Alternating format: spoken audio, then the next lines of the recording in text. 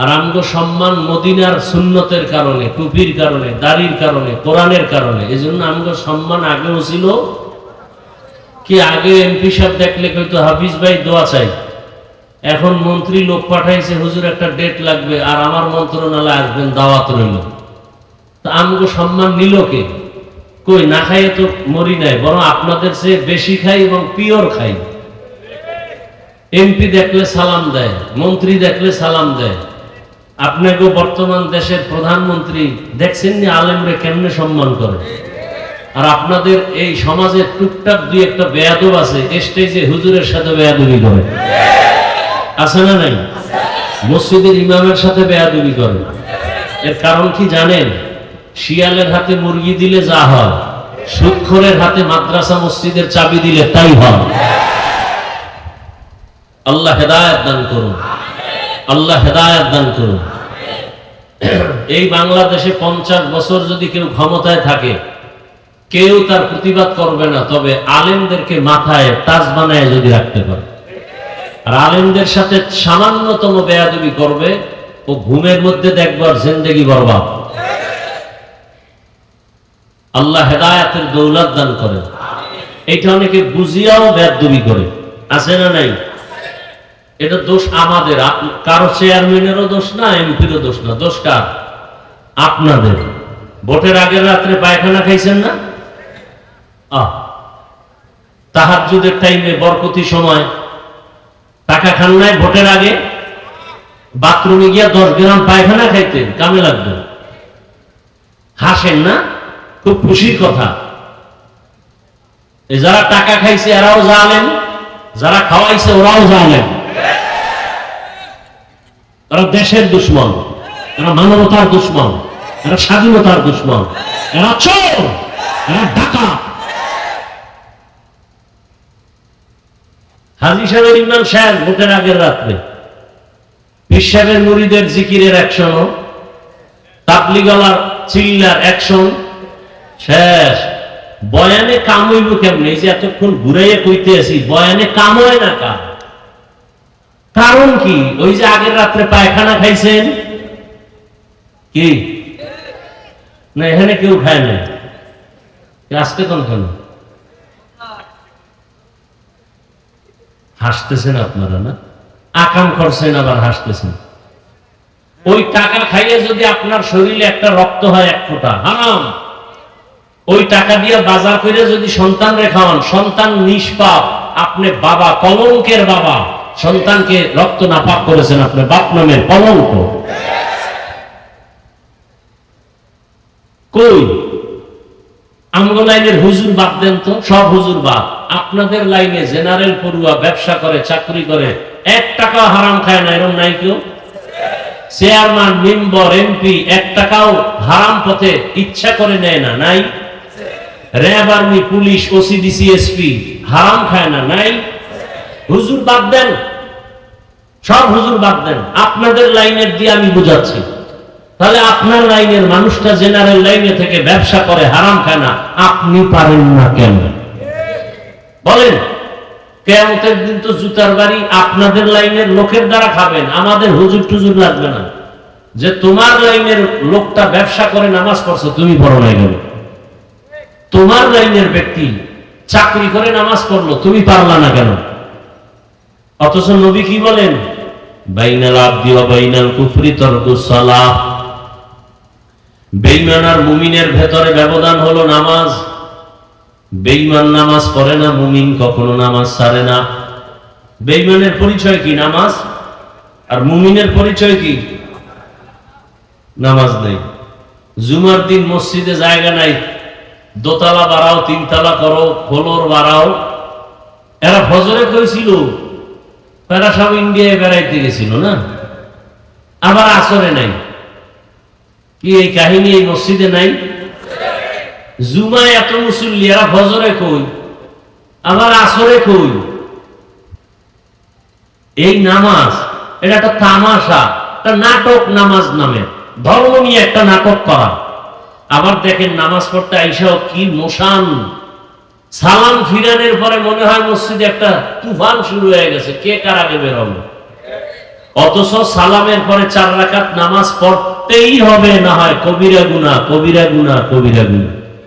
এমন সান কফাইল্লা কেন যে আসলেন নামাজ পড়তে আবার কবিরা গুনাহ নিয়ে বাড়ি যাইতেছেন 4 রাকাত না পড়ে? কেমন সান কপাল চিন্তা করে। আসলে আমি মাঝে মাঝে বলি 5 ওয়াক্ত নামাজ যে পড়ে না তার অভিশাপ। এজন্য জুমায় গিয়েও ফুল নামাজ পড়ে না, সালাম ফিরাইলে দৌড়। 4 রাকাত না পড়ে কবিরা গুনাহ মাথায় নিয়ে বাসায় গেল। আমরা আপনাদেরকে এই কথাগুলো বলি দুশ্মনী এই জন্য, একমাত্র জাহান্নাম থেকে বাঁচাতে চাই। আমিও জান্নাতে যেতে চাই, আপনাদেরকেও জান্নাতে নেওয়ার পরামর্শ দিতে চাই, আর কিচ্ছু না। তবে আমার পরামর্শটা অন্যান্য আলোচকদের থেকে একটু আলাদা। আমি এখানে আপনাদেরকে যে বয়ান করব, একবারও আমি বলবো না আপনারা সব আমার মতো হুজুর হয়ে যান, স্কুল বাদ দিয়ে মাদ্রাসায় যান, একবারও বলবো না, ভয় নাই। বরং আমি পরামর্শ দেব, স্কুলে পড়েন, কলেজে পড়েন, চাকরি করেন, ব্যবসা করেন, ডাক্তার হন, ইঞ্জিনিয়ার হন, ওখানে থেকে জান্নাতের পথ রেডি করেন। কোনো দাম নেই। টাকা পয়সা বাড়ি গাড়ি যদি নাও থাকে, আল্লাহ যদি সুস্থতার নিয়ামত দান করেন, এর থেকে সুখের জীবন আর হতে পারে না। আল্লাহ আমাদের সুস্থতাকে দায়েমান কবুল করেন। আমাদের মাঝের থেকে যারা এখনো বিদায় নিয়ে কবরস্থ হয়ে আছেন, আল্লাহ জান্নাত দান করেন। বিশেষ করে রমজানুল মুবারকের, ঈদ উল ফিতরের আগে পরে যারা অসুস্থ এবং বিভিন্ন দুর্ঘটনায় জীবনকে বিলিয়ে দিল, আল্লাহ তাদেরকে শহীদি মর্যাদায় জান্নাত দান করেন। অসুস্থ যারা আমাদের মাঝে এখনো আছে, আল্লাহ তাদেরকে সুস্থ করে দেন। চলার পথে আল্লাহ আমাদেরকে কুদরতের দ্বারা হেফাজতের ব্যবস্থা করেন। ওলামায়ে কেরাম দীর্ঘ সময় আলোচনা করেছেন, আপনারা ধৈর্যের সাথে শুনছেন। আল্লাহ ওলামায়ে কেরামদের কথাগুলো সহি তরিকায় আমল করার তৌফিক দান করেন। ওলামায়ে কেরামের ইজ্জতকে আল্লাহ বেশি বেশি বাড়ায় দেন। যারা ওলামায়ে কেরামের ইজ্জত নষ্ট করার চক্রান্ত করে, আল্লাহ তাদের হেদায়েত দান করেন। দরুদ ও সালাম সৈয়দুল মুরসালিন, রহমাতুল্লিল আলামিন, শফিউল মুজনিবিন, খাতামুন নবিয়্যিন হযরত মুহাম্মদুর রাসূলুল্লাহ সাল্লাল্লাহু আলাইহি ওয়া আলিহি ওয়াসাল্লামের উপর। আমি সংক্ষেপ 2-4টি কথা বলার নিয়তে কোরআনে হাকিমের সূরা আলে ইমরানের এক আয়াতে কারিমা, নবীজির একটি হাদিস পড়েছি। ইখলাস ও রুহানিয়াতের সমন্বয়, সহি নিয়তে, সহি তরিকায়, সহি কিছু কথা আমাকে বলার মতো, আপনাদেরকে শুনবার মতো দয়াময় আল্লাহ তৌফিক দান করেন। ইয়া আইয়ুহাল্লাযীনা আমানুত্তাকুল্লাহা হাক্কা তুকাতিহ। আল্লাহ বলেন, হে মুমিন, নারী পুরুষ, ধনী গরিব, শিক্ষিত অশিক্ষিত, তোমরা আল্লাহকে ভয় করো, ভয় করার মতো হক আদায় করো। ওয়ালা তামুতুন্না ইল্লা ওয়া আনতুম মুসলিমুন, এবং কেউ তোমরা মুসলমান না হয়ে মৃত্যুবরণ করিও না। নবীজি বলেন, ইত্তাকিল মাহারিম তাকুন আ'বাদান নাস। আল্লাহর নিষিদ্ধ জিনিস, অপছন্দনীয় জিনিস থেকে নিজেকে ফিরায় রাখো, বাঁচায় রাখো, তো আল্লাহ পাক মানুষের মাঝে তোমার মর্যাদাকে বৃদ্ধি করে দিবেন। আয়াত হাদিসের তর্জমা শেষ। আল্লাহ আয়াতের মধ্যে মুমিনদেরকে 2টো কর্মসূচি দিয়েছেন, যেই কর্মসূচি 2টো পালন করলে সে বিনা হিসাবে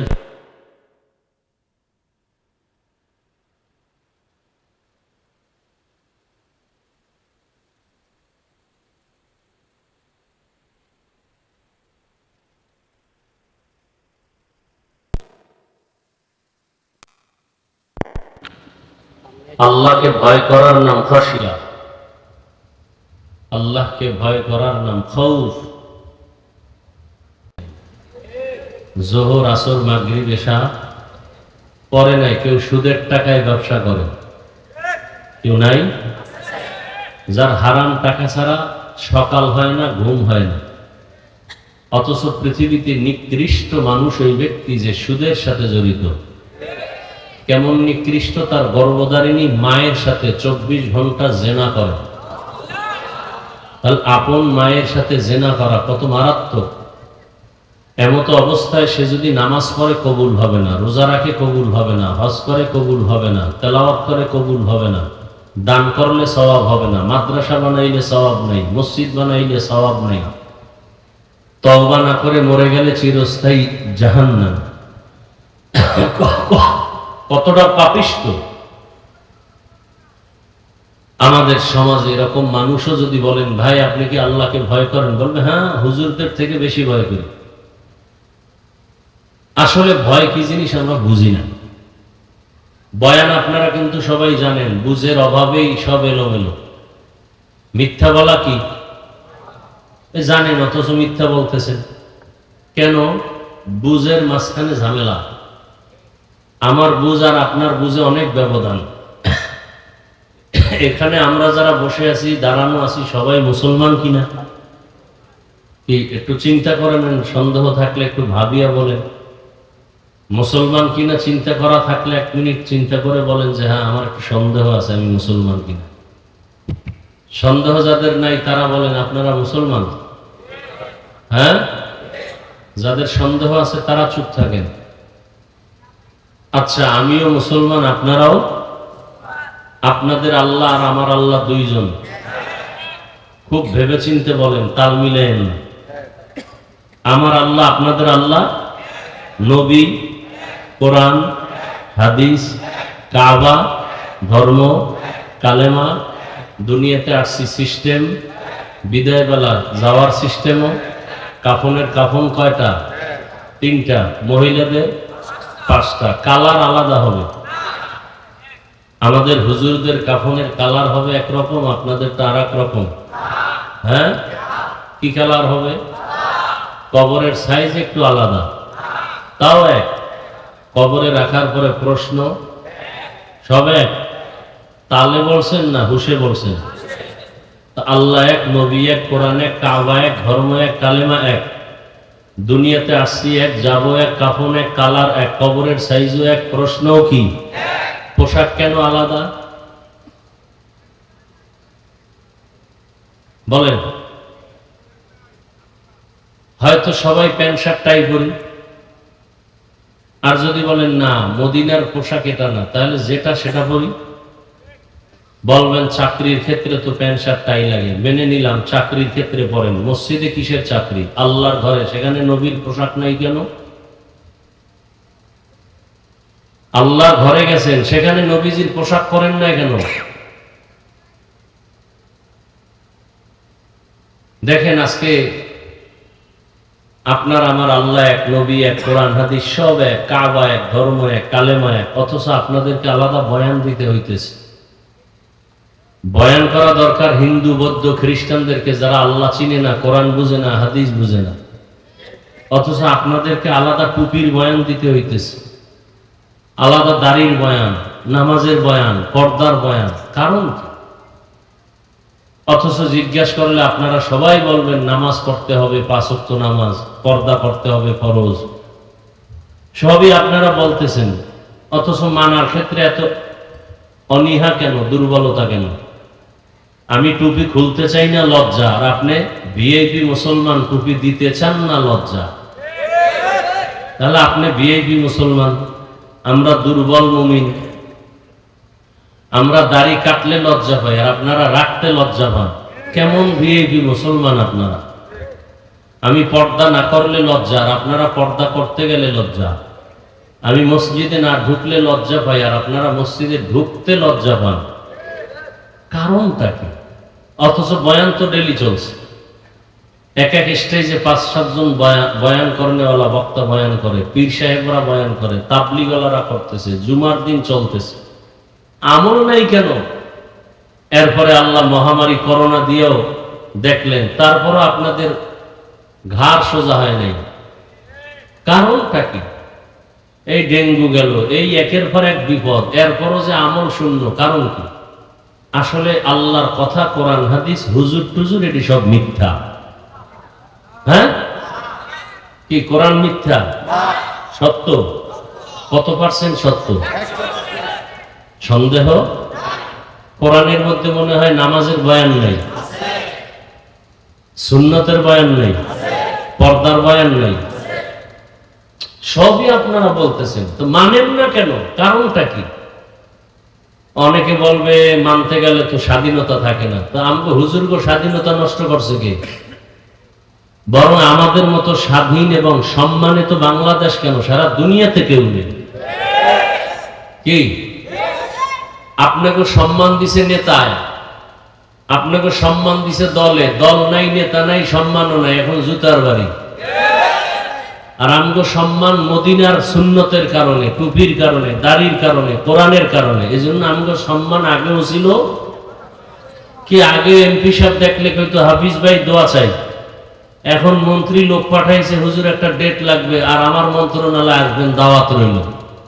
তা আমগো সম্মান নিল কে? কই না খাইয়ে তো মরি নাই, বরং আপনাদের চেয়ে বেশি খাই এবং পিওর খাই।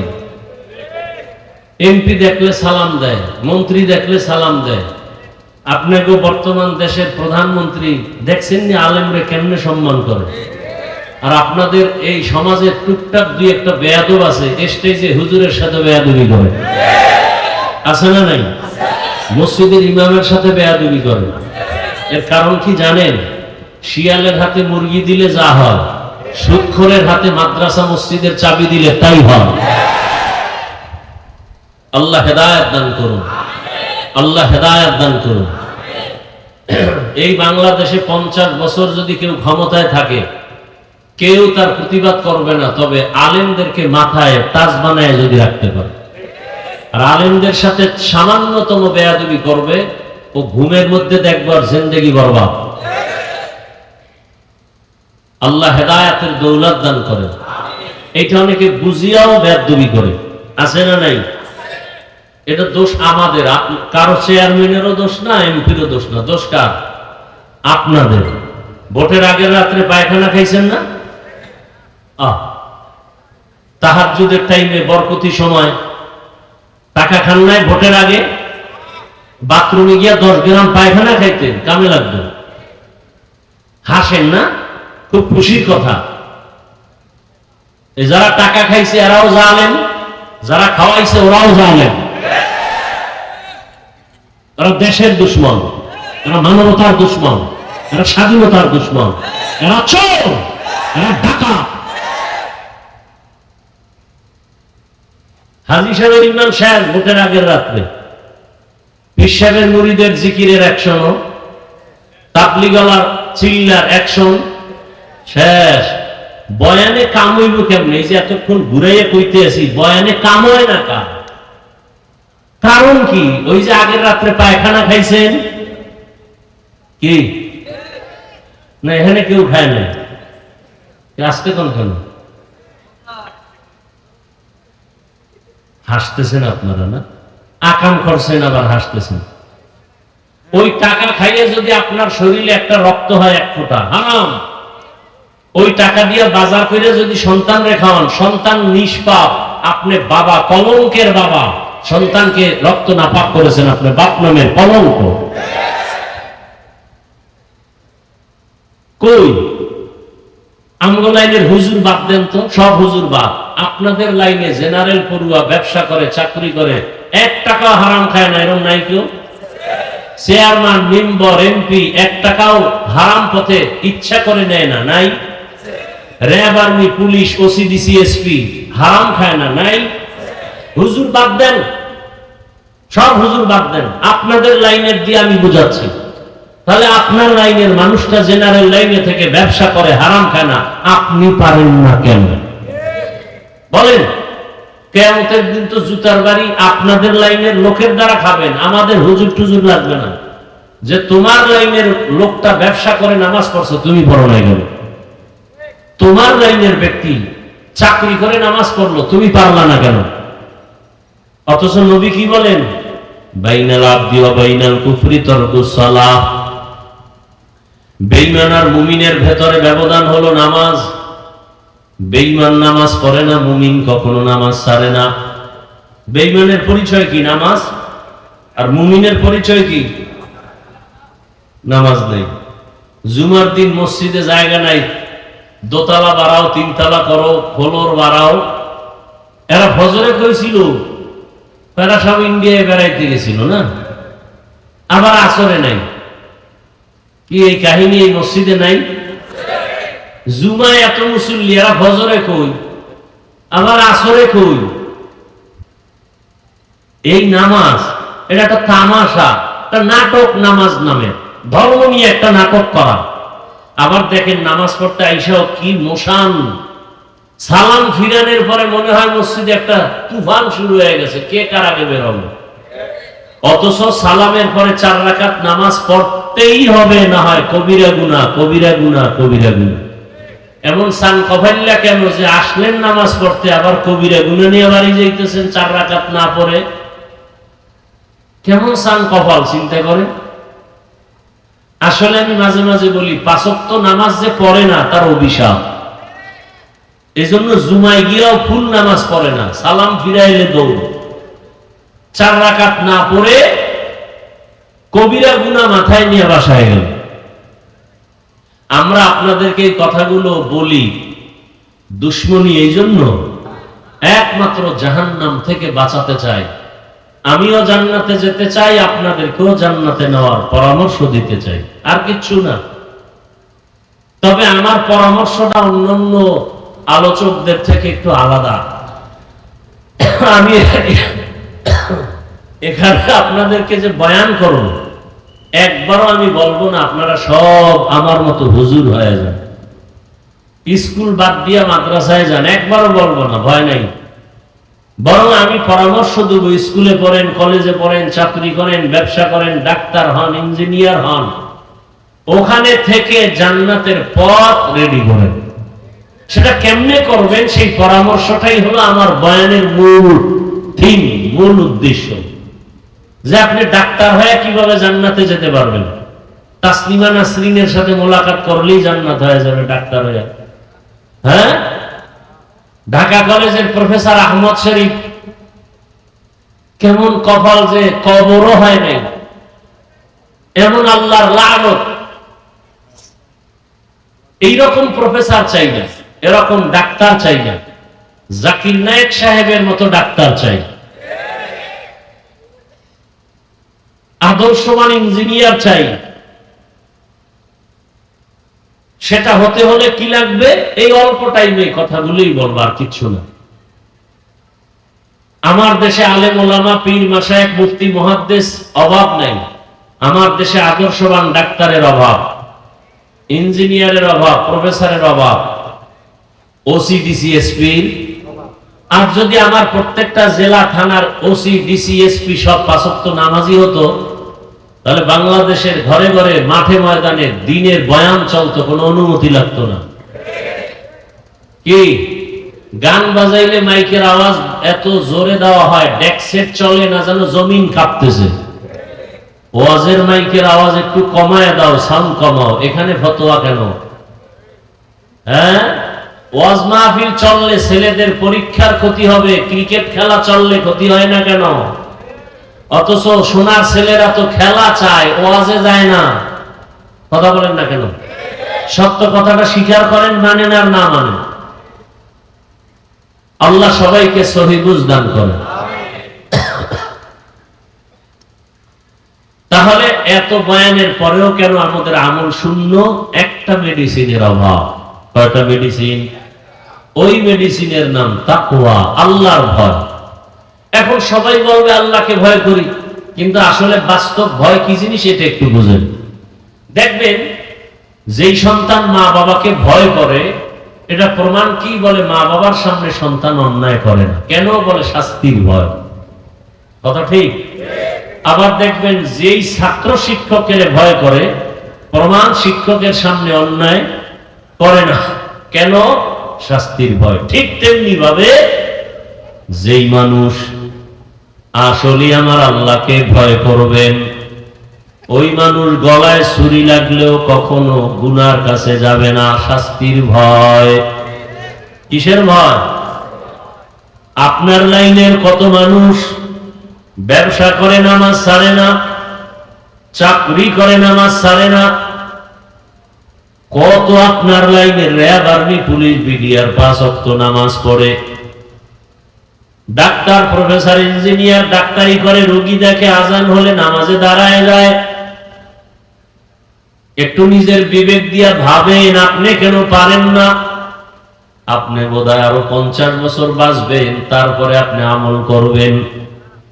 রমজানের সময় দেখেন নাই, ঈদের বাজার নিয়ে রওনা, কুমিল্লায় ট্রাকের সাথে ধাক্কা লেগে জায়গায় শেষ হয়ে গেল।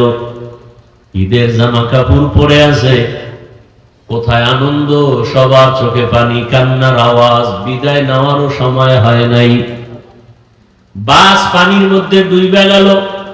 ছোট একটা বাচ্চা সাঁতার কেটে এসে উপর উঠে কান্না করে, আমার আম্মু পানির মধ্যে বাসে আটকানো, একটু বাঁচাও, আমি আম্মু না পাইলে কাকে নিয়ে বাঁচবো। চোখের সামনে ওই যে হজে গেছে, ওমরায়, স্ত্রী সন্তান সব নিয়া ওমরা পালন করিয়া বন্ধুর বাড়ি গেছে বেড়াইবার জন্য সৌদি আরবে। হঠাৎ অ্যাক্সিডেন্ট হয়ে জায়গায় সব মারা, ছোট একটা মেয়ে বেঁচে আছে। মেয়েটাও ইনজুরি হয়ে গেছে, কোন রকম সাময়িক চিকিৎসা দিয়া দেশে নিয়ে আসছে। আর বলছে, তোমার আব্বু আম্মুর চিকিৎসা চলে, সৌদি আরবে, সুস্থ হলে আসবে। কিন্তু প্রসেসিং চলতেছিল, লাশটা কেমনে আনবে, কিন্তু পারে নাই, অনেক টাকা লাগবে, প্রসেসিং সমস্যা। শেষ পর্যন্ত মেয়েটার হাতে খেলনা দিয়ে রাখছে কতদিন। শেষবারে যখন বলা হলো তোমার আব্বু বেঁচে নাই, তোমার আম্মু বেঁচে নাই, আরবের মধ্যে দাফন হয়েছে, মিডিয়ায় দেখা গেল ওই বাচ্চাটা হাউমাউ করে কান্না করছে, আমি কাকে আব্বু বলে ডাকবো, আম্মু বলে ডাকবো, কে আমাকে মায়ের আদর দিবে, বাবার আদর দিবে। এভাবেই তো একদিন চলে যেতে হবে, বাঁচার কোনো উপায় নাই। কিন্তু গরু মরে, কুকুর মরে, আমি মরবো, আমি তো মানুষ, আমার মরণটা তো কুকুরের মতো হওয়া এটা উচিত না। আমার মরণটা যেন এমন হয় যে দুনিয়ার সবাই দুঃখ করে দোয়া করবে, ভালো মানুষ হারিয়ে ফেললাম। সেই ভালো আদর্শ কি করলাম?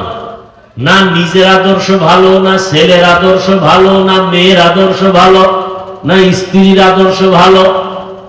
আমারও মানুষ খারাপ বলে, আমার ছেলেটার আদর্শ খারাপ, মানুষ খারাপ বলে। কি কামাই করলেন? টাকায় মানুষকে সম্মান দেয় না। টাকায় যদি সম্মান দিত, টাকাওয়ালারা পালাইয়া বাড়ি ছেড়ে যেতে হতো না, বরং সম্মান দেয়ার মালিক আমার আল্লাহ। এলাকার গরিবও যদি হয়, কিন্তু সততার উপরে চলে, ধনীরাও তাকে ভয় পায়। সততা এমন একটা পুঁজির নাম, সব মানুষকে মানুষ ভয় পায়। যারা মিথ্যা বলে না, এদেরকে মিথ্যাবাদীরা ভয় পায়। ভাইরা আমার, আল্লাহর ভয়টা যদি আমার মধ্যেও না থাকে, তখন আমার চলাফেরার কোনো ব্যালেন্স থাকবে না। একটা ছাত্রের অন্তরে যদি আল্লাহর ভয় না থাকে, ওস্তাদের সাথে বেয়াদবি করতে চিন্তা করবে না, ঠিক নেই? অনেক জায়গায় দেখা যায় মিডিয়ায়, ওস্তাদ শিক্ষকের সাথে বেয়াদবি হয় না, হয় না? আগে দেখতাম স্কুল কলেজের ছেলেরা মেয়েরা শিক্ষকের বিরুদ্ধে আন্দোলন করে, এখন আমগো হুজুরগো মধ্যেও ঢুকে গেছে না, কথা বলে না। মাদ্রাসার মধ্যে আন্দোলন মিছিল দেয়, হুজুরের কাছে পড়বো না, এই হুজুরকে মাদ্রাসা থেকে বের করো। এদের মতো বেয়াদব কি দুনিয়াতে আর হতে পারে? এরা দুনিয়াতে মরার আগেই ধ্বংস হয়ে যাবে, কোনো সন্দেহ। তবে দোয়া করি আল্লাহ হেদায়েত দান করেন। আরো আস্তে করে বলেন, জীবনের অমূল্য সম্পদের নাম আদব। লিকুল্লি শাইইন জিনাতুন ফিল ওয়ারা ওয়া জিনাতুল মারই তামামুল আদাবি আজ খুদা কা হিমে তৌফিক আদব বে আদব মাহরুমে গাশ আজ ফজলে রা। আদব ওয়ালা জিন্দেগির বড় দাম। শুধু হুজুরের সামনে নামাজের সুরতে বসার নাম আদব না। যেই জিনিসটা যেই জায়গায় রাখা উচিত ওই জায়গায় রাখার নাম আদব। যেখানে যেইভাবে কথা বলা উচিত ওইভাবে কথা বলার নাম আদব। যেখানে যেইভাবে চলাফেরা উচিত ওইভাবে চলাফেরার নাম আদব। এই আপনারা উঠেন কেন? হেদায়েত হয়ে গেছেন না ব্যারাম? হ্যাঁ, উঠার ব্যারাম থাকলে ঢুকছেন কেন প্যান্ডেলে? ডিস্টার্ব করেন কেন? অন্যের ক্ষতি করার জন্যই দুনিয়াতে আসছেন আপনারা। কত মানুষ বসে আছে, আপনারা তো অভ্যাস না থাকলে আপনি বাইরে দাঁড়াইতেন।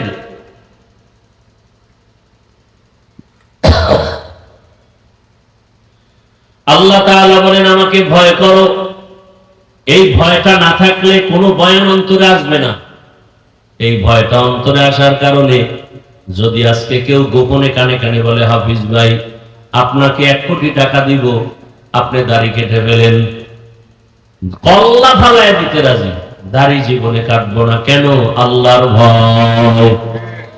জানি দাড়ির কারণে টুপির কারণে আমাদের অনেকে খারাপ বলে, কি অনেকে বলে হুজুরেরা মাথা গরম, টুপির কারণে মাথা গরম, মাদ্রাসায় পড়লে চাকরি পাওয়া যায় না, কত বাজে কথা। মানে তার মার ছিঁড়ে গেলে যা হয়। এখন আমরা মাদ্রাসায় পড়লে লাভ কি? ওখানে পড়লে ডাক্তার হওয়া যায়, কয় না, তো পড়ে লাভ কি? আমরা যদি প্রশ্ন করি কলেজে আগুন জ্বালাও, কেন? ওখানে পড়লে তো মুফতি হওয়া যায় না, তো পড়ে লাভ কি?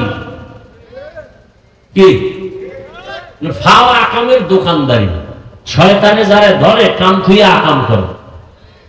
কত লক্ষ যুবক চাকরি হয় না, সার্টিফিকেট নিয়ে কামতেছে, এগুনিয়া চিন্তা নাই। আমাকে হুজুর দুনিয়া কিছু অ্যালার্জি আছে কিছু মানুষের, মানে দেখতে নারী চলন বাঁকা। তো আমরা হুজুরের একটা চাকরির জন্য কাম দিই। আমাকে করোনায় আমরা মরি নাই, এখনো মরি নাই, মাদ্রাসাও বন্ধ হয় নাই, না খাইয়াও মরি নাই। আমাকে 5 টাকা, এতেই 5 লাখ টাকার বরকত। কি সরকারি যারা চাকরি করে, বেসরকারি চাকরি করে, ডিউটি করে ঘন্টা, বলেন বেতন কত? নিম্নে নিম্নে বেতন কত? 20,000। কত? 20,000 বেতন, ডিউটি মাত্র 8 ঘন্টা। এরপরে বাম হাতে আরো কত মুক্তা পায়, টেবিলের নিচে হাত দিলেই মুক্তা, পাইলেই রাতারাতি আঙ্গুল ফুলে কলা গাছ। কথা বল না? আচ্ছা এবার বলেন তো, আপনাদের এলাকায় মসজিদ আসেনি? মসজিদের ইমাম সাহেবদের ডিউটি কয় ঘন্টা? বলেন না কেন? বেতন কত? এই জুলুম থেকে কবে বাঁচাবেন এই জাতিকে বলেন?